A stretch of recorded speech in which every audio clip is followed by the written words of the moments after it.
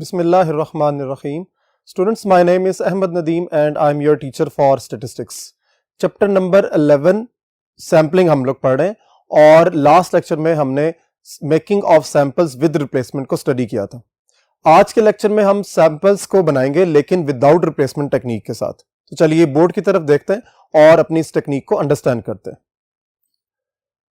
Making of samples without replacement में आपको अपने प्रीवियस कॉन्सेप्ट्स को माइंड के अंदर रखना है कि ये किस तरह जनरेट होंगे और एक्चुअली टोटल सैंपल्स के लिए हमारा क्या फार्मूला था, ये भी हम इससे पहले पढ़ चुके हुए हैं और वो भी आपने माइंड के अंदर लाना है। तो सबसे पहले हम इसको माइंड के अंदर रखेंगे कि total samples according to without replacement technique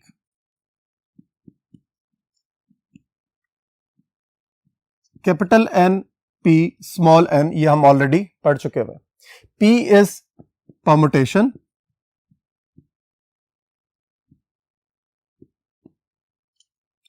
N is population elements, जिसको हम काउंटिंग ऑफ एलिमेंट्स भी कहते हैं, और N small N is sample size, यानी एक सैंपल में कितने आपको एलिमेंट्स रिक्वायर्ड हैं। ठीक है जी। अब हम एक एग्जांपल के थ्रू इसको अंडरस्टैंड करते हैं कि फॉर एग्जांपल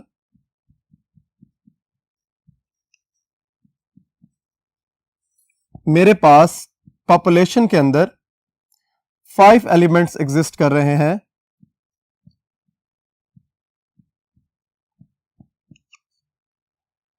फाइव, 6, 9, 10 एंड 12। ठीक है जी। और सैंपल साइज जो रिक्वायर्ड है स्मॉल एन, वो है 2, यानी आपको हर सैंपल में 2 ऑब्जर्वेशंस या 2 एलिमेंट्स रिक्वायर्ड है। तो देखिए अकॉर्डिंग टू दिस फॉर्मूला जब हम इस टेक्निक को देखते हैं तो टोटल सैंपल्स कैसे निकलेंगे। Total samples for given set of information, given set of information का मतलब कि एक ऐसी पॉपुलेशन जिसमें 5 एलिमेंट्स एग्जिस्ट कर रहे हैं और सैंपल साइज यानी हर सैंपल में आपको 2 एलिमेंट्स रिक्वायर्ड है। तो फिर इस सिचुएशन में क्या होगा, हम पहले फॉर्मूले को उसी तरह डिफाइन करेंगे, एन पी स्मॉल एन, और चूंकि कैपिटल एन की वैल्यू है 5 और स्मॉल एन की वैल्यू है 2, तो 5p2 आप डायरेक्ट कैलकुलेटर पर भी सॉल्व कर सकते हैं, लेकिन अगर आप थ्रू फॉर्मूला इसको सॉल्व करना चाहें तो इसका आंसर है 5 फैक्टोरियल ओवर 5 माइनस 2 फैक्टोरियल। ये आप अपनी प्रीवियस क्लासेस में इसके कॉन्सेप्ट को अंडरस्टैंड कर चुके हैं। So it is 5 factorial divided by 3 factorial, और इसका आंसर जब आप कैलकुलेटर पर सॉल्व करेंगे दैट इज 20। अब आपने अंडरस्टैंड करना है इस सिचुएशन को कि अगर एक पॉपुलेशन में 5 एलिमेंट्स एग्जिस्ट कर रहे हैं और आपको 2 का सैंपल साइज रिक्वायर्ड है, तो फिर आप क्या करेंगे, 5p2 करने के बाद आप कैलकुलेट कर लेंगे total number of samples for this situation. यानी आप ये कह सकते हैं कि 20 सैंपल्स बनेंगे इस सिचुएशन के अंदर कि जिसमें हर सैंपल के अंदर 2 एलिमेंट्स एग्जिस्ट कर रहे होंगे। नेक्स्ट बोर्ड की तरफ चलते हैं और ये देखते हैं कि ये 20 सैंपल्स जो हैं वो किस तरह बनेंगे। जी, हम शुरू करेंगे फर्स्ट एलिमेंट, जो कि आपको पता है कि आपकी जो टोटल पॉपुलेशन है, यहां मैं साइड पर लिखने लगा हूं। दिस इज 5, 6, 9, 10, 12, ये आपकी पॉपुलेशन के नंबर्स हैं। अकॉर्डिंग टू द सिचुएशन आप किस तरह जनरेट करेंगे कि फर्स्ट पोजीशन के लिए जो सैंपल में फर्स्ट एलिमेंट आपको रिक्वायर्ड है वो क्या होगा, वो 5 हो सकता है। ठीक है, आप 5 सेलेक्ट कर सकते हैं और आप 6 सेलेक्ट कर सकते हैं और आप 9 सेलेक्ट कर सकते हैं फर्स्ट पोजीशन के लिए, यानी फर्स्ट एलिमेंट के लिए आप 9 सेलेक्ट कर सकते हैं, आप 10 को सेलेक्ट कर सकते हैं या आप 12 को सेलेक्ट कर सकते हैं। ये 5 डिफरेंट ऑप्शंस हैं आपके पास अवेलेबल कि आप फर्स्ट एलिमेंट के तौर पर उसको कंसिडर कर लें। तो चूंकि ये टेक्निक है विदाउट रिप्लेसमेंट, तो विदाउट रिप्लेसमेंट को आप ऑलरेडी अंडरस्टैंड कर चुके हुए हैं कि विदाउट रिप्लेसमेंट में अगर एक एलिमेंट सेलेक्ट हो गया है तो वो वापस पॉपुलेशन में एग्जिस्ट नहीं करता, वो वापस पॉपुलेशन में नहीं जाता। सो इसका मतलब ये हुआ कि आप गौर कीजिए, जब 5 हमने सेलेक्ट कर लिया तो मेरे पास जो सेकंड एलिमेंट पोजीशन है, यानी जो सेकंड एलिमेंट होगा या सेकंड मेंबर होगा, सेकंड एलिमेंट के लिए मेरे पास जो ऑप्शंस बचेंगी वो उसमें 5 इंक्लूड नहीं होगा। यानी वो क्या बन जाएंगी, जरा गौर से देखिए कि 5 के बाद मेरे पास 4 ऑप्शंस बचेंगी। वो 6 हो सकता है, वो 9 हो सकता है, वो 10 हो सकता है, वो 12 हो सकता है। लास्ट लेक्चर में जब हमने विद रिप्लेसमेंट केस किया था स्टडी, तो उसमें आपने देखा था कि जब हम 5 को सिलेक्ट कर लेते हैं तो 5 वापस आपके पास पॉपुलेशन में चूंकि एग्जिस्ट कर रहा होता है, तो इसलिए हमने उसको 5 को भी यहां पर मेंशन किया था। ठीक है, सो अब उसके बाद नेक्स्ट बारी है 6 की। तो 6 देखिए, 6 जब आप सिलेक्ट कर लेंगे तो 6 ने वापस पॉपुलेशन में नहीं जाना। तो जब 6 पॉपुलेशन में एग्जिस्ट नहीं कर रहा तो फिर कौन कौन सी ऑप्शंस एग्जिस्ट कर रही हैं? आपके पास 5 होगा सेकंड एलिमेंट के तौर पर, आपके पास 6 नहीं होगा क्योंकि 6 वापस नहीं गया। उसके बाद 9 हो सकता है, 10 हो सकता है और 12 हो सकता है। यही सिचुएशन 9 के साथ भी होगी। जरा गौर से देखिए कि जब आपने 9 को सेलेक्ट कर लिया तो फिर 9 एग्जिस्ट नहीं करेगा, 5 करेगा, 6 एग्जिस्ट करेगा, उसके बाद 10 और फिर 12। यानी आप ये कह सकते हैं कि जो एलिमेंट सेलेक्ट हो गया है वो दोबारा सेलेक्ट नहीं होगा।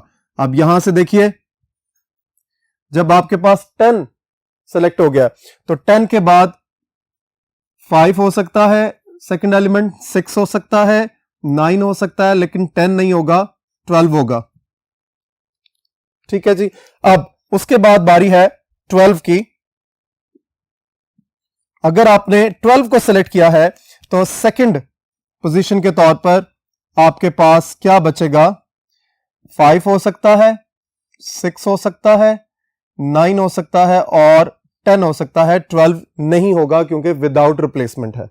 ठीक है, अब आपको सिंपल क्या करना है, सैंपल्स को जनरेट करना है। सैंपल्स कैसे जनरेट होंगे? मार्कर की टिप को देखेंगे आप। 5 के साथ कॉम्बिनेशन बनेगा 6 का, 5 के साथ 9, 5 के साथ 10, 5 के साथ 12, फिर उसके बाद 6 के साथ 5, 6 के साथ 9, 6 के साथ 10, 6 के साथ 12, फिर 9 के साथ 5, 9 के साथ 6, 9 के साथ 10, 9 के साथ 12 and same process with 10 and 12। सो हम यहां पर देख लेते हैं किस तरह हमारे सैंपल्स कंप्लीट होंगे। सबसे पहले आप सीरियल नंबर लिख लें। ठीक है, इट इज 1 2 3 4 5 6 7 8 9 10। ठीक है, उसके बाद सैंपल्स देखिए हम कंप्लीट करेंगे 5 6। पहला सैंपल आपका जिसमें 2 एलिमेंट्स यानी सैंपल साइज 2 है, फिर 5 9, देन 5 10, देन 5 12। ठीक है जी, देन बारी है जी 6 5, 6 9, 6 10 एंड 6 12। 6 कंप्लीट हो गया। अब 9 की बारी है। 9 के साथ 5 देखेंगे, 9 5 9 6। ठीक है जी, अब 10 सैंपल्स कंप्लीट हो गए। हमने कहां तक कंप्लीट कर लिया? 9 6 तक। यहां तक हमारा कंप्लीट हो गया।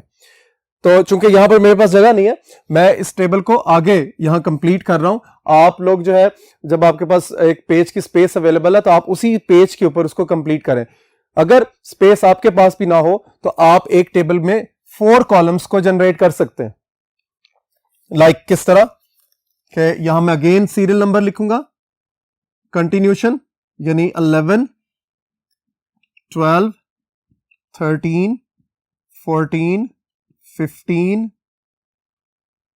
16, 17, 18, 19 एंड 20। इस तरह 20 आपके पास टोटल सैंपल्स बनेंगे। हमने 10 तक यहां जनरेट कर लिए, ये टिक मार्क किया था हमने। और उसके बाद बारी है जी 9, 10 और 9, 12। 9, 10, 9, 12, ये कॉमा जरूर पुटअप करें ताकि दो जो नंबर्स हैं वो अलग अलग आइडेंटिफाई हो जाए। उसके बाद नेक्स्ट बारी है जी 10 की। 10, 5, फिर है जी 10, 6, then 10, 9, 10, 12, 10, 9, 10, 12, finally 12, 5, 12, 6, 12, 5, 12, 6, and then 12, 9, 12, 10, 12, 9 and 12, 10। आप देखिए ऑटोमेटिकली जब आप ट्री डायग्राम बना रहे हैं तो ऑटोमेटिकली जब आप डिफरेंट कॉम्बिनेशंस को यहां पर बनाएंगे तो आपके जो टोटल नंबर ऑफ सैंपल्स हैं वो according to the tree complete हो जाएंगे। इस 20 का मतलब ये है कि जब आपके पास 5, ये देखिए मैंने ये अलग से लिखी थी पॉपुलेशन, जब आपके पास पॉपुलेशन में 5 एलिमेंट्स हों और आपको 2 का सैंपल साइज रिक्वायर्ड है तो फिर आपके पास टोटल नंबर ऑफ सैंपल्स 20 बनते हैं। वो अकॉर्डिंग टू द सिचुएशन यहां पर क्लियर हो गया, आपको नजर आ रहा है। इस तरह आप विदाउट रिप्लेसमेंट में सैंपल्स को जनरेट करेंगे और जब सैंपल साइज 2 का होगा। नेक्स्ट बोर्ड की तरफ चलते हैं और साइज 3 को स्टडी करते हैं कि साइज 3 किस तरह जनरेट होगा। एक और एग्जांपल लेते हैं हम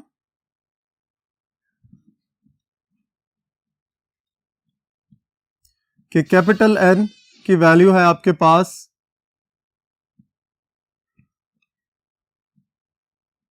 6, 9, 10 एंड 15 और स्मॉल एन यानी सैंपल साइज 3 है आपके पास।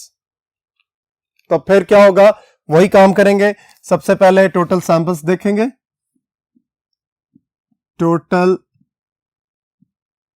Samples that is capital N P small N, और कैपिटल एन आपके पास है 4, स्मॉल एन आपके पास 3, तो 4p3 इसको आप सॉल्व करेंगे। 4 factorial divided by 4 minus 3 factorial यानी 4 फैक्टोरियल डिवाइडेड बाय 1 फैक्टोरियल। जब आप इसको सॉल्व करेंगे तो आंसर आपके पास आ जाएगा 24। इसका मतलब यह हुआ कि अगर किसी पर्टिकुलर पॉपुलेशन में 4 एलिमेंट्स एग्जिस्ट कर रहे हैं और आपने वहां से 3 का सैंपल साइज सेलेक्ट करना है, तो 3 का सैंपल साइज सेलेक्ट करने की सूरत में आपके पास टोटल सैंपल्स जो है वो 24 बन जाएंगे। ठीक है, उसके लिए भी उसी तरह पहले ट्री बनाएंगे। ट्री के लिए फर्स्ट एलिमेंट देखेंगे। फर्स्ट एलिमेंट क्या हो सकता है, आप सेलेक्ट कर सकते हैं 6 या 9 सेलेक्ट कर सकते हैं, या आप 10 सेलेक्ट कर सकते हैं, या आप 15 सेलेक्ट कर सकते हैं। यानी आपके पास ये 4 ऑप्शंस हैं कि फर्स्ट पोजीशन पर जो एलिमेंट एग्जिस्ट कर रहा है वो 6 होगा या 9 होगा या 10 होगा या वो 15 होगा। उसके बाद हमारे पास जो सेकंड एलिमेंट पोजीशन है वो क्या बन रही है, सेकंड एलिमेंट। ये कौन सा सेकंड एलिमेंट है, जो सैंपल के अंदर एग्जिस्ट कर रहा है, mind it. So without replacement की वजह से हम क्या सोच रहे हैं कि जब 6 सेलेक्ट हो जाएगा तो मेरे पास अगले पोजीशन के लिए 6 एग्जिस्ट नहीं करेगा। वो कौन सा एलिमेंट होगा, वो 9 हो सकता है, वो 10 हो सकता है, या वो 15 हो सकता है। ये सेकंड एलिमेंट की मेरे पास पोजीशन एग्जिस्ट कर रही है। ठीक है, और जब 9 मैंने सेलेक्ट कर लिया तो सेकंड पोजीशन के लिए मेरे पास जो ऑप्शंस एग्जिस्ट करेंगी वो 6 होगा, या 10 होगा या 15 होगा। ठीक है जी। इसी तरह देखिए, गौर कीजिए, जब हमने 6 सेलेक्ट कर लिया तो इस पॉपुलेशन के 4 एलिमेंट्स में से 6 निकल गया। जब हमने 9 सेलेक्ट कर लिया तो ये 4 एलिमेंट्स में से देखिए इन 3 रह गए, एक जो है वो आपका निकल गया, क्योंकि हमारी टेक्निक जो है वो विदाउट रिप्लेसमेंट है। सिमिलरली जब 10 है तो 10 की सूरत में क्या होगा, हमारे पास सेकंड पोजीशन के लिए जो एग्जिस्टेंस है वो 6 हो सकती है, उसके बाद 9 हो सकती है और ऑप्शन 15 हो सकती है। ठीक है, यही प्रोसेस जो है वो आगे चलेगा किसके लिए, 15 के लिए। और 15 को मैं आगे लिखूंगा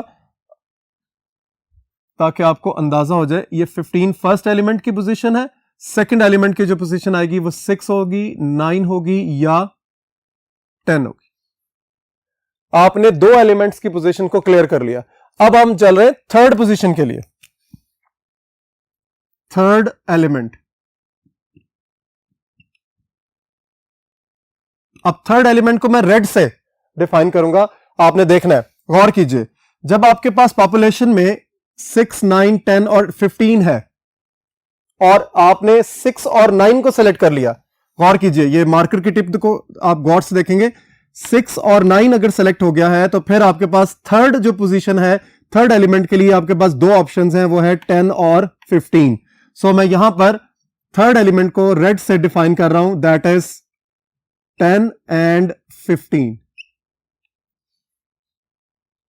ठीक है, अच्छा जी। फिर यही पोजीशन यहां पर आएगी कि जब मैंने आप इस पर्टिकुलर सिचुएशन में 6 और 10 सेलेक्ट कर लिया तो फिर मेरे पास 2 ऑप्शंस एग्जिस्ट कर रही हैं, और वो कौन कौन सी हैं, वो है 9 और 15। ठीक है जी। और जब मैंने 6 और 15 को सेलेक्ट कर लिया तो फिर मेरे पास 2 ऑप्शंस एग्जिस्ट कर रही हैं, कौन सी, 15 के बाद 6 और 15 सेलेक्ट करने के बाद 9 और 10। ठीक है जी। सो आपने इस चीज को बिल्कुल क्लियरली माइंड के अंदर रखना है कि किस तरह 6 को सेलेक्ट करने के बाद, जरा गौर कीजिए कि पहली पोजीशन पर जब 6 सेलेक्ट हो गया तो दूसरी पोजीशन के लिए ब्लू के अंदर मैंने लिखे हैं कि आपके पास 9 होगा, 10 होगा, 15 होगा, क्योंकि 6 नहीं है, 6 ऑलरेडी आप सेलेक्ट कर चुके हैं। जब आपने एक सैंपल के लिए 6 और 9 सेलेक्ट कर लिया तो फिर थर्ड पोजीशन के लिए आपके पास 2 एलिमेंट्स बच गए, और वो कौन कौन से हैं, वो 10 और 15 है। इसी तरह अगर किसी सिचुएशन में आपने 6 और 10 को सेलेक्ट कर लिया है तो फिर आपके पास 2 ऑप्शंस बची, 9 और 15। फिर इसी तरह अगर आपने 6 और 15 को सेलेक्ट कर लिया है तो फिर आपके पास 2 ऑप्शंस बची हैं, 9 और 10। ठीक है, यही प्रोसेस जो है वो आप आगे रिपीट करेंगे 9 के लिए भी, 10 के लिए भी और 15 के लिए भी। यानी जब आपने 9 और 6 सेलेक्ट कर लिया, जरा गौर से देखिए कि आपने 9 और 6 सेलेक्ट कर लिया तो फिर आपके पास 2 ऑप्शंस बची हैं, कौन कौन सी, 10 और 15। ये मैं रेड में यहां पर डिफाइन कर रहा हूं, 10 और 15। इसी तरह जब आपने 9 और 10 को सेलेक्ट कर लिया तो फिर आपके पास 6 और 15, ये 2 ऑप्शन बची हैं, 6 और 15। सिमिलरली जब आपने 9 और 15 को सेलेक्ट कर लिया, 9 और 15 सेलेक्ट करने के बाद आपके पास जो ऑप्शन बचेगी वो 6 और 10। इस तरह आपका जो सैंपल है वो कंप्लीट होगा 10 के लिए भी और 15 के लिए भी। वापस बोर्ड नंबर 1 की तरफ चलते हैं और इन पूरे ट्री से हम सैंपल्स को जनरेट करने की कोशिश करते हैं जी। अब जरा गौर कीजिए कि मैंने यहां पर आपको 6 के हवाले से 3 सैंपल्स, जो 3 सैंपल साइज रिक्वायर्ड है उसकी मेकिंग यहां लिखी हुई है, 9 के हवाले से लिखी हुई है, ये ऑलरेडी हमने पिछले बोर्ड पर डिस्कस किया। अब यहां पे हम लोग सिर्फ क्या करेंगे कि सैंपल्स को किस तरह कंप्लीट करना है वो आप नोट करिए कि सीरियल नंबर हम लिख रहे हैं 1 2 3 4 5 6 7 8 9 10 11 और 12। ठीक है जी, यानी आपको किस तरह सैंपल्स को जनरेट करना है, मार्कर की टिप को देखेंगे, 6 9 10, ये पहला सैंपल बनेगा आपका, 6 9 एंड 10। फिर देखिए 6 10 15, सॉरी 6 9, जब तक 6 और 9 कंप्लीट नहीं होगा आगे आप मूव नहीं करेंगे। ये बड़ी इंपॉर्टेंट बात है जो समझने वाली है यहां पे, कि जैसे अभी थोड़ा सा मिस्टेक होने लगी थी कि आप आगे की तरफ मूव कर सकते हैं इसी तरह जैसे मैंने किया कि 6 9 10 लिखने के बाद 6 10 9 लिख दें। बज़ाहिर कोई गलती नहीं होगी, लेकिन सीक्वेंस को आपने नहीं तोड़ना। 6 9 10 6 9 15 6 9 15, ठीक हो गया जी। फिर उसके बाद 6 10, जब 6 10 की बारी आ गई तो 6 10 9 6 10 9 और फिर 6 10 15 6 10 15। इस तरह आपके यहां से 6 और 10 के सैंपल्स कंप्लीट हुए। फिर उसके बाद 6 के बाद 15 है, 6 15 9 6 15 9 और 6 15 10, ठीक हो गया। सो 6 सैंपल्स आपके जनरेट हुए, कहां से? 6 से। इसी तरह 9 से भी आपके 6 सैंपल्स जनरेट होंगे। कैसे? 9 6 10 9 6 15 9 6 10 9 6 15, फिर 9 10 6 9 10 6 9 10 15, ठीक है जी। उसके बाद 9 15 6 9 15 10,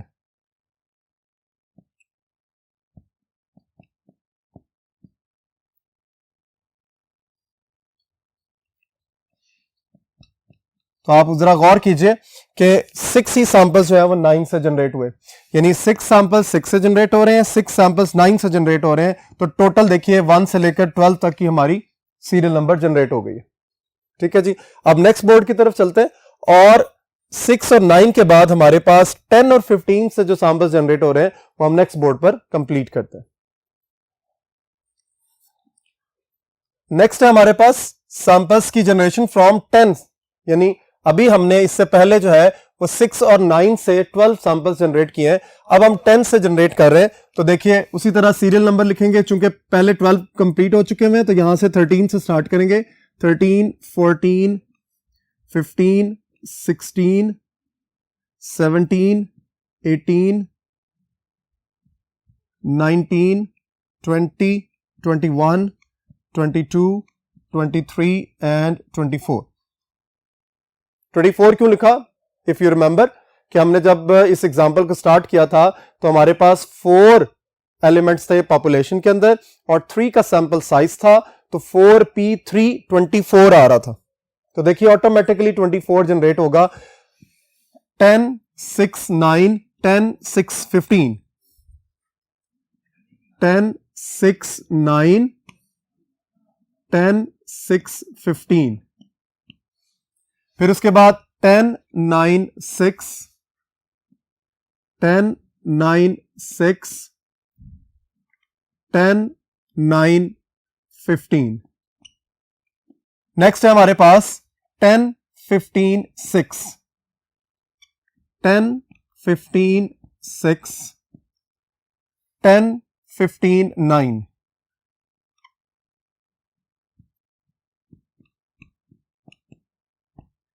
ठीक हो गया जी। अब जरा गौर करना आपने कि टोटल सैंपल्स कितने बन रहे हैं।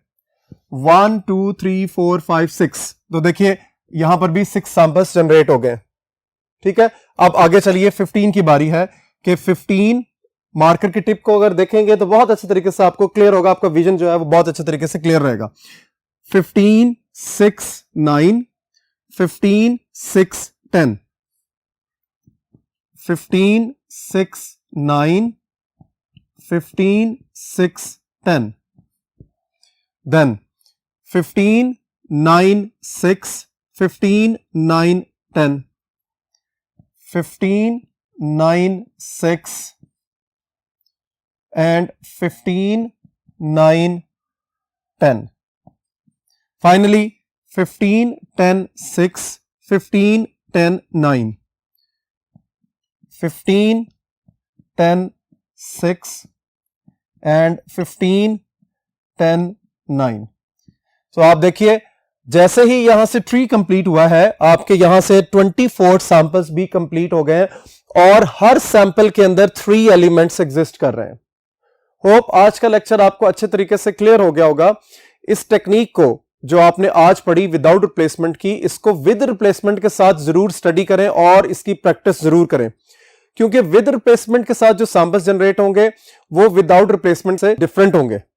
सो इसलिए इन दोनों टेक्निक्स के अंदर जो डिफरेंशिएशन है उसको अच्छे तरीके से अंडरस्टैंड करना बहुत जरूरी है। अपना और अपनी फैमिली का बहुत ज्यादा ख्याल रखिए। इंशाल्लाह नेक्स्ट लेक्चर में मुलाकात होगी। अल्लाह हाफिज।